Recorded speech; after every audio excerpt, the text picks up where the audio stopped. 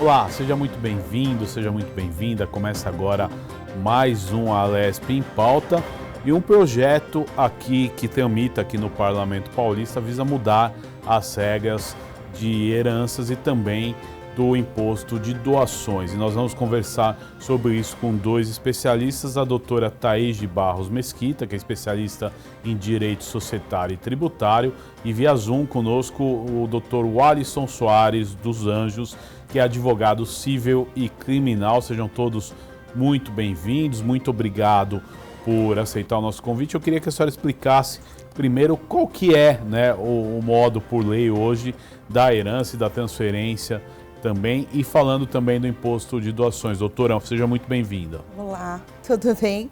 Muito obrigada aí pela oportunidade. Bom, esse assunto é um tema bem complexo, controverso, né? E complexo dentro do mundo jurídico, né? A Constituição Federal, ela traz como base de cálculo, né, para o imposto que incide sobre a herança e a doação, que seria o ITCMD, o valor dos bens que são transmitidos, né?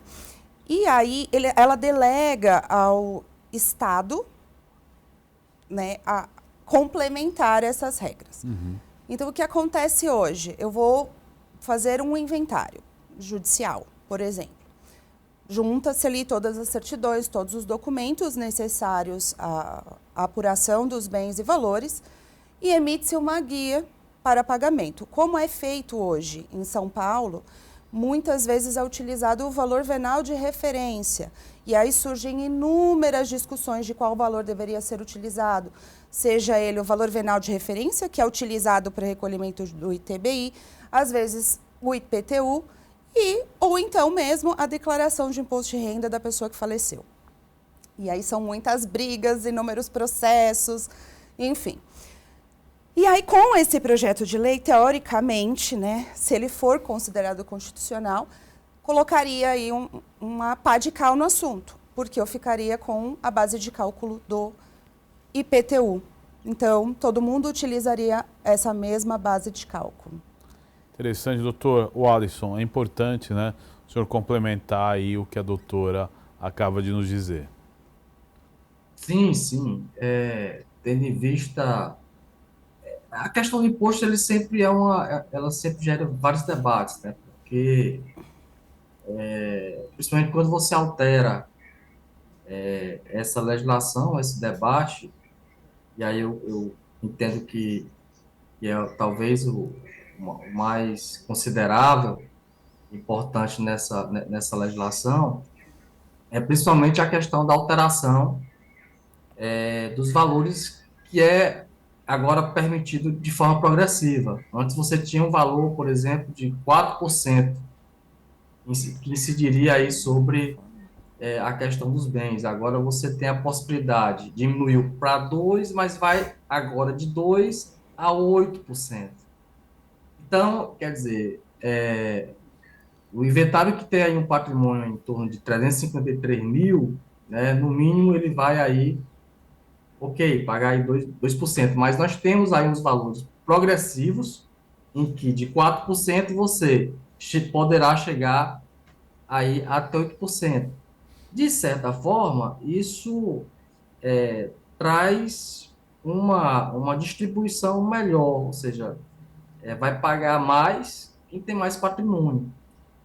Então, mas de qualquer forma, é um debate que tem que ser bem travado, porque as questões dos bens elas são muito sensíveis, até porque quando você vai tratar dessas questões de bens, de patrimônio, de direito de sucessão, inventário, isso nós temos uma carga tributária muito forte, muito grande sobre esses bens. E muitas vezes, dependendo de cada situação, são famílias que, inclusive, têm o patrimônio, mas não têm os valores, inclusive, para pagar esses impostos. Então, é uma questão que deve ser bem apreciada, deve ser bem travada. Interessante, doutor, e aí eu já emendo com a doutora. Todo cidadão é obrigado a fazer um inventário? Existe outro meio por lei ou isso já é uma obrigação? Vamos lá. Toda pessoa que possui patrimônio, quando ela falece, ela precisa transmitir esse patrimônio. Então, o patrimônio é transmitido através do inventário, né? Esse inventário pode ser feito de forma extrajudicial ou judicial, né? O judicial é bem mais demorado que o extrajudicial. O extrajudicial muito mais célere, porém, tem alguns requisitos a ser cumpridos. Existem outras formas de você fugir deste inventário, né? Digamos assim, que seria através de um planejamento sucessório. Eu posso fazer doações em vida, eu posso me utilizar de um testamento, eu posso me utilizar da constituição de holdings patrimoniais. Enfim, existem diversas formas de você fugir desse inventário, porque o inventário ele é difícil, né? No momento que a pessoa está ali de luto, tem que lidar com questões patrimoniais, prazos, recolhimentos. Enfim, é muito difícil e muitas pessoas não têm nem cabeça para fazer isso. Então, através do planejamento sucessório, a gente consegue, né, antever a situação, dirimir conflitos, evitá-los, né, com relação aos herdeiros e seguir em frente, né? E fazer um planejamento também com relação à própria questão do recolhimento do tributo incidente, que seria o ITCMD aí, né? Então, é importante a gente explicar para o nosso telespectador, quando a pessoa morre, com a transferência de bens, é obrigado a se recolher um imposto. Como é que funciona essa tributação? Bom, essa tributação, vamos lá. Eu tenho um imóvel aqui em São Paulo e eu tenho um filho, tenho um marido, casei no regime de comunhão parcial de bens, faleci. Então, qual é o meu patrimônio a ser transmitido? É esse meu imóvel. Vamos considerar que esse imóvel tenha sido adquirido antes do meu casamento, então ele é um patrimônio particular. Nesse caso, vai ser aberto o inventário, né? Como tem um menor envolvido, terá de ser judicial. Abriu o inventário, vai colocar lá, olha, a Thaís tem esta casa no valor de R$1 milhão. Ok, é só isso? Ela tem dívidas, não tem dívidas? Bom, apurou, não tem dívidas, R$1 milhão. Qual vai ser a base de cálculo desse imposto? R$1 milhão. 4% sobre esse R$1 milhão terá de ser recolhido para fazer esta transferência. Qual é o prazo de recolhimento desse imposto? 180 dias. Se não tem multa, juros, fora as penalidades administrativas de inscrição em dívida ativa, enfim, né? Aí existem essas outras complicações, caso não seja feito. E essa alíquota, ela é igual para todos? Como é que funciona? Aqui, por enquanto, sim. É uma alíquota que incide sobre aquela base. Então, 4% aqui em São Paulo. Como se trata de legislação estadual, cada estado tem aí uma alíquota. Legal, é importante, doutor Alisson, a gente discutir essa questão. Essa alíquota, ela é considerada alta hoje? Como é que vocês analisam aí no meio jurídico? Essa alíquota hoje, ela é de 4%, e aí eu coloquei aqui, justamente tem essa proposta de alteração. Para o primeiro beneficiado, isso vai melhorar, porque aí de 4 vai baixar para 2. Mas aí tem a história do progressivo. Então, vai ter o 2, do 4 até o 8. E essa alíquota, a carga tributária do país, ela é uma carga pesada, porque você não tem muito retorno.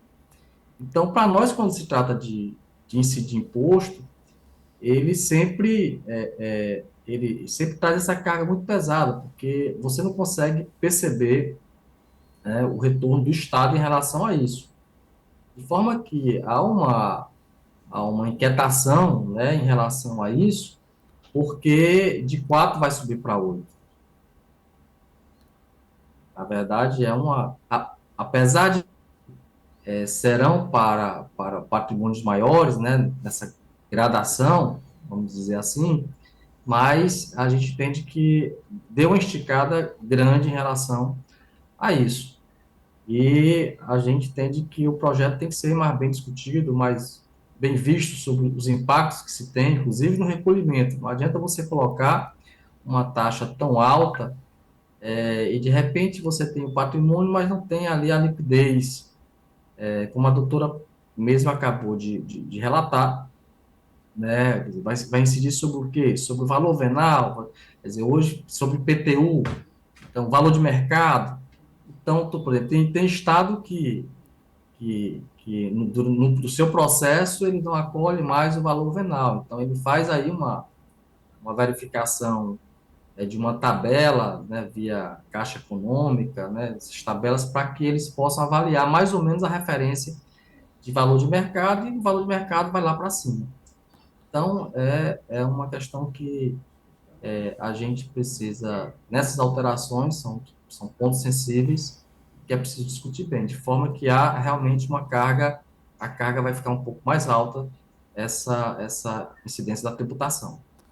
Agora, doutor, dentro disso, né, que o doutor acabou de explanar, essa questão, realmente, às vezes a pessoa tem o bem, mas não tem o dinheiro para recolher. E como é que faz num caso desse? Porque, na verdade, é uma herança, né, também, e se a gente for ter uma análise, a pessoa não se prepara para receber, né? É um modo aí que é fortuito da vida, acontece. E aí, a partir do momento que essa pessoa não tem o dinheiro, ela corre risco de penalidades, de repente até perder o próprio bem? Como é que funciona isso? Então, vamos lá. É assim, quando a gente está falando num inventário judicial, por exemplo, onde existem outros bens, pode-se solicitar uma autorização de venda para o juiz para que seja feito esse recolhimento. Quando eu entro já no campo de um inventário extrajudicial, por exemplo, esse inventário extrajudicial, vou lá, faço a declaração dentro dos 180 dias, aí vai distribuir entre os herdeiros, tudo. E aí, aqui em São Paulo, hoje, né, com a senha lá da Nota Fiscal Paulista, esse herdeiro consegue entrar no sistema e solicitar um parcelamento antes que o débito seja inscrito em dívida ativa. Então, existem soluções, né? Porque se esse TCMD virar uma dívida ativa, essa pessoa poderá ser executada, né? E com a execução, que será uma execução fiscal, vai ter bloqueio de bens, bloqueio de conta, de veículos, enfim. Vão ter as medidas constritivas, ela não necessariamente perderá este bem, mas poderá ter outros prejuízos aí, em bens que já estejam no nome dela. Exato, então a pessoa pode ser rapidamente executada, é isso? Pode ser executada. E assim, existe alguma lacuna na lei que seja possível ter um parcelamento disso, uma forma aí que a pessoa pague depois? Como é que funciona? Então, vamos lá. Aí entra a questão do planejamento sucessório, eu acredito, porque na medida em que aconteceu o fato gerador daquele tributo, você não tem lá muito como fugir do pagamento dele. Você vai acabar protelando, porém não vai ter como deixar de recolhê-lo, né? Pelo menos não a princípio, né? Depois podemos entrar aí numa questão de prescrição, enfim. Mas, com o planejamento, as pessoas conseguem se planejar um pouco melhor. Então, vamos lá. Se eu decido, tenho 5 bens, tenho 5 imóveis e mais algumas aplicações financeiras. Eu vou lá, constituo uma empresa, integralizo esses bens na empresa. Posteriormente, eu faço a doação das cotas para os meus herdeiros e outras pessoas que eventualmente eu queira deixar alguma coisa. Como é que vai funcionar o recolhimento desse TCMD? E aí eu vou gravar essas cotas com usufruto.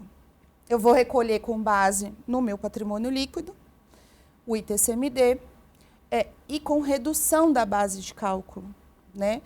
Que aqui em São Paulo será de 2/3. Então, eu vou recolher o tributo sobre uma base de cálculo reduzida. Quando lá na frente se extinguir o usufruto, recolhe-se mais 1/3. Então, existem mecanismos que podem ser utilizados, sim, para um planejamento dessa tributação. Outra opção seria uma doação, por exemplo. Posso fazer a doação. E aí, o recolhimento vai ser agora. Lá na frente, eu não vou ter nada a recolher. Então, a doação imposto é igual, é menor? Como igual. É igual. É igual. Mas se eu faço uma doação com usufruto, eu posso também me utilizar da redução da base de cálculo. E lá na frente, essa pessoa que foi beneficiada, ela também vai pagar somente 1/3 do valor, né? Então, existem mecanismos para você meio que programar, vamos colocar assim, o recolhimento desse imposto. Agora, doutor, também é importante a gente salientar, por que existe essa diferença pelo país de 2% a 8% no imposto? Quais os critérios, né, que os estados eles levam em conta para ter essa mudança? Por exemplo, em São Paulo a gente tem 3%, tem um projeto aí que quer mudar, porém, em outros estados aí a gente pode ter até 8%. Por que essa diferença? Então, essa diferença, ela reflete muito na realidade de cada estado, né? Você pega, por exemplo, nós temos estados que têm um poder aquisitivo maior, uma economia mais pungente, e nós temos outros estados também que não têm. Então, essa variação, ela vai muito de cada estado e muito de cada política que aquele governo, né, vamos dizer assim, ele quer implementar. Como eu disse, a questão de tributo, ela é muito sensível. Então, assim, os estados que já têm lá sua tributação um pouco mais elevada, aí vamos dizer assim, que já se mantém, é como se a sociedade já tivesse se acomodado aqui. Se você for mexer nisso para mais, então vai ter aí uma certa inquietação, um certo levante em relação a isso. Mas isso vai depender muito dessa realidade social, da realidade econômica de cada estado, né? De cada economia, de cada prioridade em relação a determinadas questões de seu estado. Agora, doutora Thais, existe algum tipo de isenção prevista? Sim, sim. No estado de São Paulo, né, nós temos para o caso de heranças, por exemplo, para investimentos, caderneta de poupança, até 1.000 UFESPs, imóveis, até 2.500 UFESPs. Para o caso de doação, também 2.500 UFESPs. Então, tem essas questões de isenção, fora as isenções entre entes, né, enfim, da federação. Agora, é importante, né? Num testamento existe uma porcentagem por lei que você precisa deixar para os seus herdeiros. Existe uma parte que é livre, né? Como é que funciona isso? Então, vamos lá. Primeiro, a parte, essa herança, né? O que é herança? A herança, como a gente já havia falado, são os bens, né, que a pessoa vai deixar para os seus herdeiros. Então, a legislação, ela tem uma regra, não, os herdeiros necessários, que são chamados, né, são descendentes, ascendentes e os colaterais.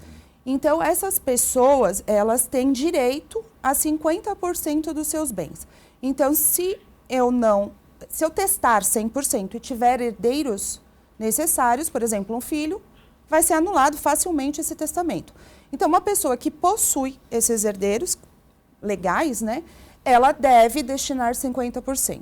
Os outros 50% podem ser dispostos livremente. O que não acontece numa pessoa sozinha. Se eu não tenho os herdeiros lá constantes na legislação, eu posso sim testar os 100% dos bens que eu tiver, do meu patrimônio. Exato. Isso é feito através do documento público, né? Sim, nós temos 3 tipos de testamento hoje em dia. O público, que é feito no tabelião de notas e precisa de 2 testemunhas, né, que não serão beneficiadas nesse testamento. Temos o testamento cerrado, onde a pessoa faz lá as declarações de vontade e leva a registro.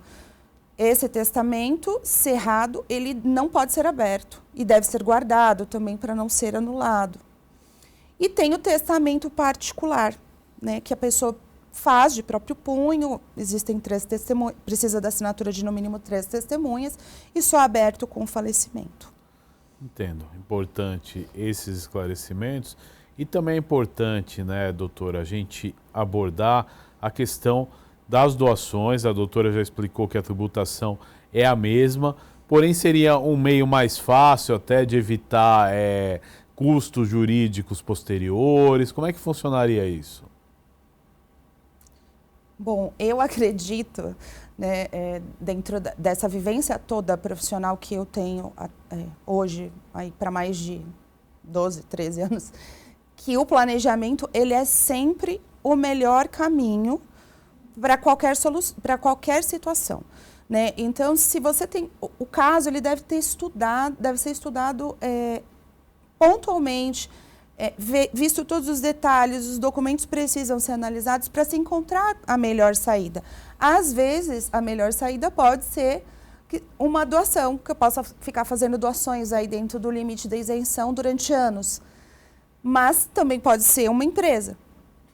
E pode ser também um testamento. Isso vai depender da análise daquele caso concreto. Que uma empresa hoje numa venda para uma pessoa jurídica de mesma titularidade, existe algum tributo relacionado a isso? Não. Vai ter, a tributação sempre vai existir. Por lei, mas nada em relação à herança ou sucessão, né? Não. Se eu fizer... Isso hoje chama muito planejamento tributário. Né? Daí a gente vai para um outro lado. Mas se eu fizer a venda de um imóvel de uma pessoa jurídica para outra pessoa jurídica, vai seguir a tributação conforme a opção dela, seja lucro real presumido, enfim. Né? O que eu digo em relação a se utilizar de uma empresa é porque você integraliza no capital todos os bens que vão ser distribuídos e os sócios, e coloca lá essas pessoas. Então você já faz, de certa forma, essa distribuição. É uma distribuição. Não é bem um testamento, mas não é. Funciona como? Uma distribuição, lógico. Faz essa distribuição em vida, com o seu falecimento já está ali distribuído. Eu não preciso dar entrada num inventário, por exemplo. Agora, doutor, às vezes o que pode acontecer? A pessoa não tem a intenção de vender e ela acaba protelando de dar entrada nesse inventário, fica anos e anos com a casa em nome da mãe que já morreu, do parente que é falecido. Isso pode dar algum problema para a pessoa na hora que ela for resolver fazer adequadamente o processo? Existe um período de prescrição? Aí depois já coloca a doutora Thaís junto também para falar disso. Pois é, olha, a questão do inventário, nós temos uma cultura da gente não se preparar para deixar os nossos bens. Talvez seja um apego muito forte, né? Mas o fato é que essa cultura do planejamento a gente não tem.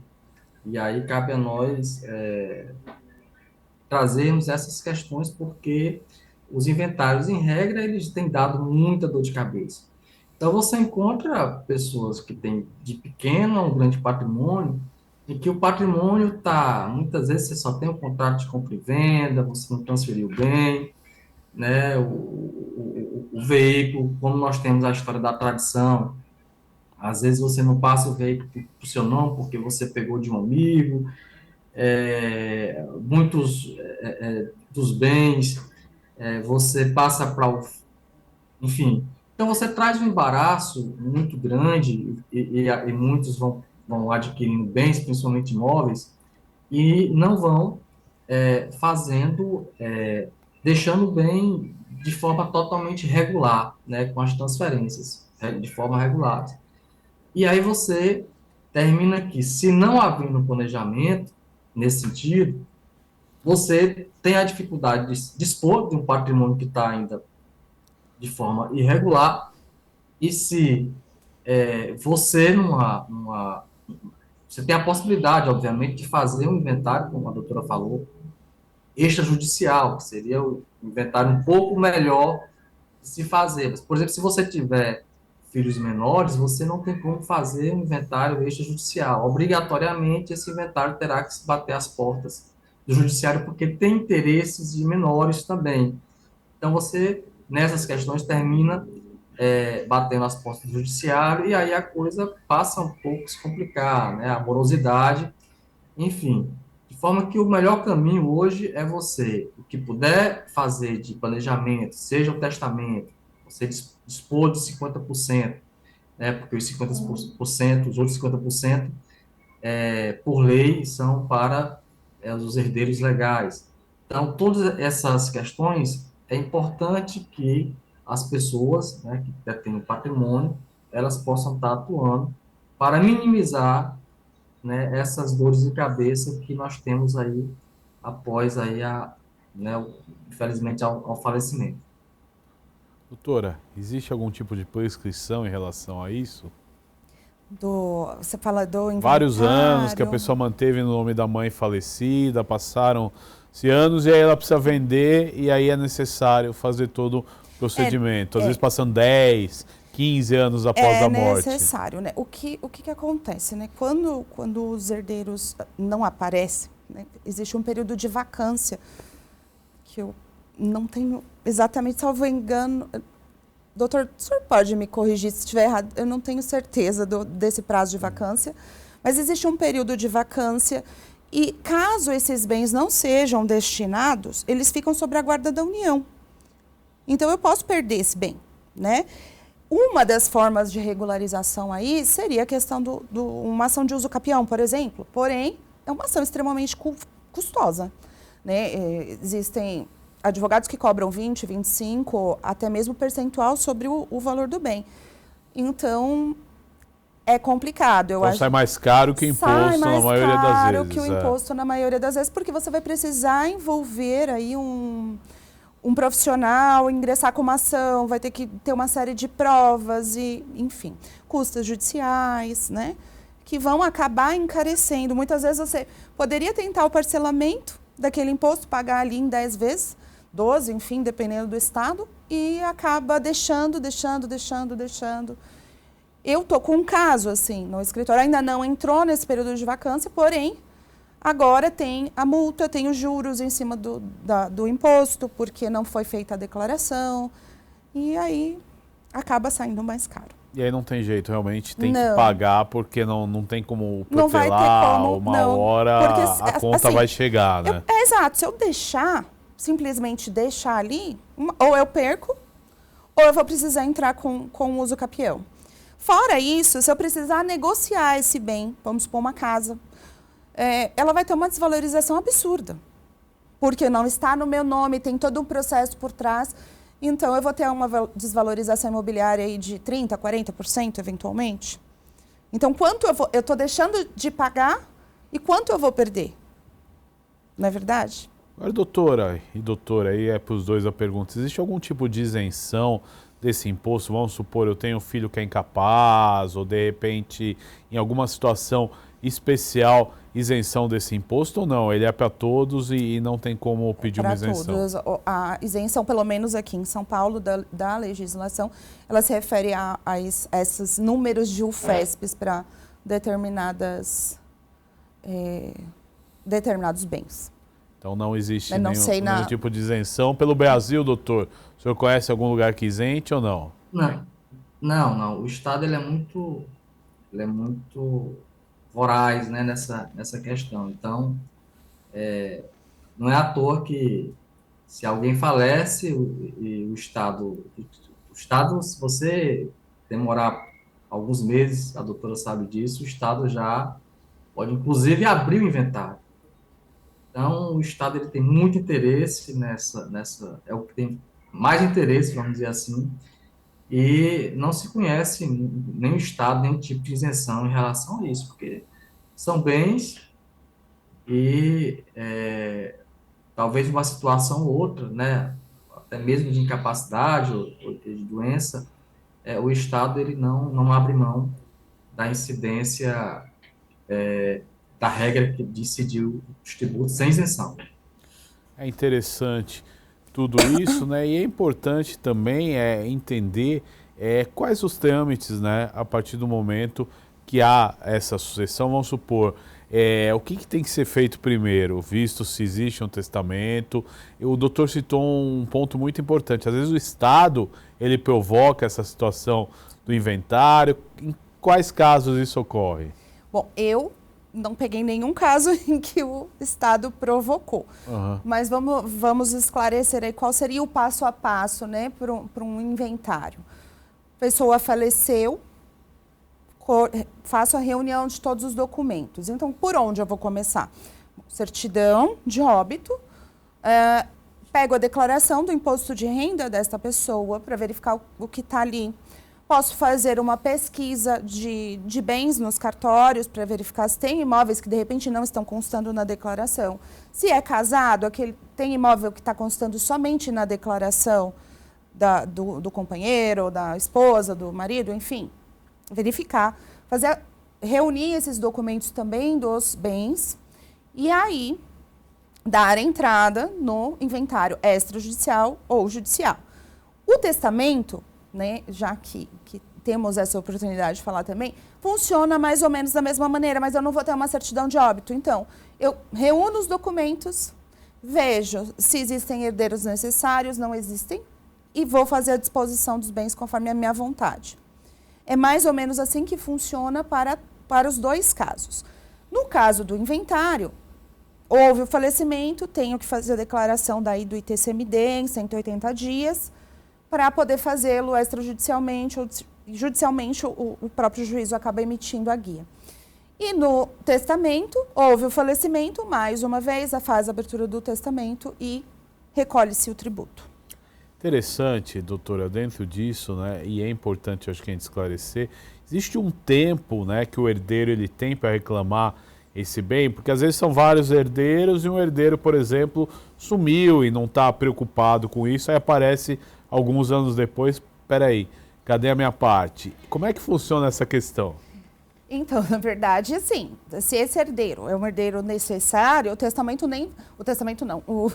o inventário não vai nem fluir sem a presença desse, né?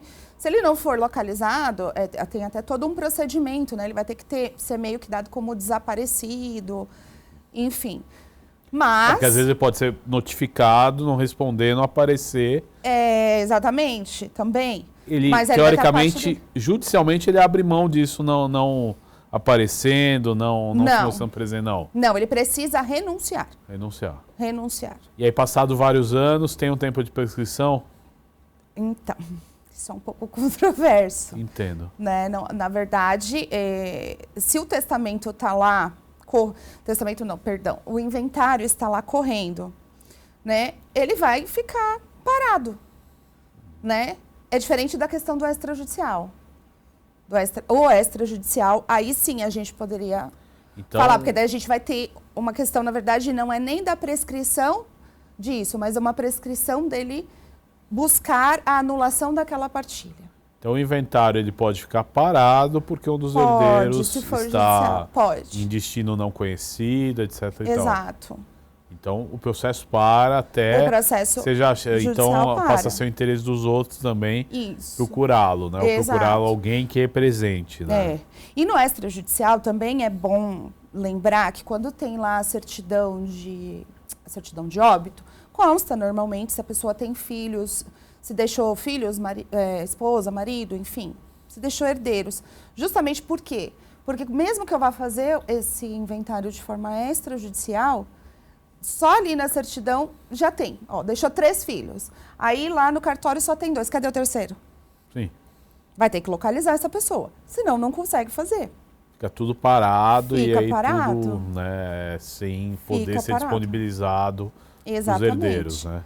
Tive um caso desse, mas no extrajudicial. E aí descobriu-se que um dos herdeiros faleceu, não deixando outros herdeiros. Mas até conseguirmos descobrir tudo isso, né? Tudo que aconteceu constatar, né? Foram meses. A gente até conseguir a certidão de óbito desta pessoa foi bem difícil, porque né, ele não morreu em São Paulo, então foram muitas buscas aí atrás dessa pessoa. Doutor Alisson, já quero também agradecer a sua participação, que o nosso tempo já está caminhando para o final, mas eu quero que o senhor deixe aí, né, uma dica e diga também o que é melhor, né? Sempre o processo extrajudicial, o processo judicial, como é que é o melhor acordo, você resolver tudo antes de morrer, que eu acho que também é um dos melhores caminhos, né? Como é que você vê essa questão da sucessão? Então, o ideal é o planejamento para que a gente tenha minorar os problemas futuros. É bom que a gente diga que o fato, por exemplo, da gente fazer ainda o planejamento, elaborar o testamento, isso não vai alidir de ter o inventário. Ainda com o testamento, você dispõe de 50%, teremos sim que fazer inventário. Então, ainda assim, podemos ter problema, tanto no âmbito extrajudicial, como também judicial. Então, ou seja, se planejando, ainda a gente tem a barreira burocrática, imagine sem o planejamento, onde você, por exemplo, tem o pai que falece e deixa 5 irmãos. Esses 5 irmãos têm filhos. Aí um desses irmãos falece. Aí tem um que tem mais 5. Então você vai irradiando o problema e trazendo mais pessoas para resolver a questão do inventário. Então, quanto mais gente, mais o problema vai aumentando. Então, o planejamento, ele vai diminuir todas essas questões. E o recado que nós deixamos é que as pessoas devem estar tranquilas, né, e estejam, importante a compreensão para que a gente não deixe esses problemas para o futuro. Muitas vezes nós encontramos, e a doutora sabe disso, onde as pessoas chegam para a gente, olha, mas eu queria deixar isso, mas aí já tem alguém, um ente que faleceu, o cônjuge faleceu, e essas questões, se pensadas antes, poderiam estar bem avançadas. Então, planejamento é o mais indicado para que a gente não possa estar incorrendo em outras ações, como a de uso capião, apesar do uso capião hoje já ser possível fazer ele de forma extrajudicial também, mas é algo que a gente pode estar evitando, de forma que precisamos implantar aí, talvez até o próprio Estado, implantar a política de melhor conscientizar as pessoas a realizarem o planejamento, esse planejamento, né? Não é, eu acho que não tem que ser só a OAB, não tem que ser só o advogado, eu acho que também é papel do Estado, que é o maior interessado quando se trata de inventário. Obrigado pela sua participação, doutor Alisson. Até uma próxima oportunidade. Aqui eu continuo com a doutora Thaís para a gente ir para a parte de conclusão do nosso programa. Primeiro vamos recapitular, doutora. No estado de São Paulo, esse projeto do deputado Gil Diniz prevê mudar o imposto, né? Hoje é 3%, para que alíquota? Bom, o projeto, ele prevê a progressividade, né, como o doutor... Conforme a pessoa, o Alisson, conforme Isso. a pessoa mais tem, ela paga mais, é isso? Exatamente. Isso, na visão de algumas pessoas, traria aí uma justiça fiscal, né? Tem também a questão da base de cálculo, que eu te falei, que também é um ponto muito importante que precisa ser resolvido aí para diminuir essas discussões judiciais, né? Que também tem um projeto de lei, se eu não me engano, 140...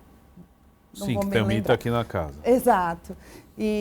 Enfim, daí nós temos que avaliar daí também a constitucionalidade de todos eles, até porque, por exemplo, essa questão da progressividade não está prevista para este tributo na Constituição Federal. Então, poderiam não... O Estado ele pode aumentar, mas ele não pode criar uma tabela progressiva, é isso? É mais ou menos aquela discussão que tivemos muitos anos atrás com relação à tabela progressiva do IPTU. Entendo. Então, realmente é necessário. Agora, doutor, eu quero que a senhora deixe aí, nos momentos finais do nosso programa, uma mensagem, né, de como as pessoas podem se preparar melhor para essa hora e tenham, né, como honrar todos os impostos de forma correta. Não ter, né, a famosa, no termo popular, a dor de cabeça que isso pode levar, além de todo o trauma que a pessoa passa de perder o ente querido, né? Sim. Eu acho que o conselho que eu deixo para todo e qualquer cidadão é que procure ter um advogado de confiança, né? Um profissional que possa analisar a situação de fato, orientar qual é a melhor solução, ou mesmo se não foi feito nada, quais são as alternativas que se tem ali para aquele momento, até para minimizar a tal da dor de cabeça que essas pessoas têm no momento que elas já não estão com cabeça, muitas vezes, para resolver essas questões burocráticas. Então, busquem um profissional de confiança que possa auxiliar tanto na questão do planejamento, quanto nesse momento que, de repente, putz, não fiz nada, e agora? Não foi feito nada, e agora? O que eu faço? Trazer aquela solução imediata, né, para aquele caso concreto. Porque não tem receita de bolo para essa situação. Não tem como. Exato, importante essas dicas da doutora. Doutora Thais, muito obrigado pela sua participação nesse Alesp em Pauta. Até uma próxima oportunidade que a senhora possa vir para tirar mais dúvidas do nosso telespectador. Tá certo, eu quem agradeço e estou à disposição. Tá certo. E este foi mais um Alesp em Pauta na programação da Rede Alesp, discutindo os assuntos e as leis do Parlamento Paulista aqui para melhor esclarecer o nosso telespectador. A gente volta numa próxima oportunidade. Até um próximo encontro. Tchau.